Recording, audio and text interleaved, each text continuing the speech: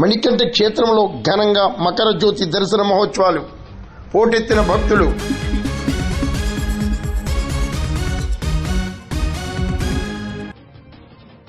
పెదపూడి మండలం గొల్లల మామిడడ ఆంధ్ర మణికంఠ క్షేత్రంలో మకర జ్యోతి దర్శన మహోత్సవాలు అంగరంగ వైభవంగా జరిగాయి.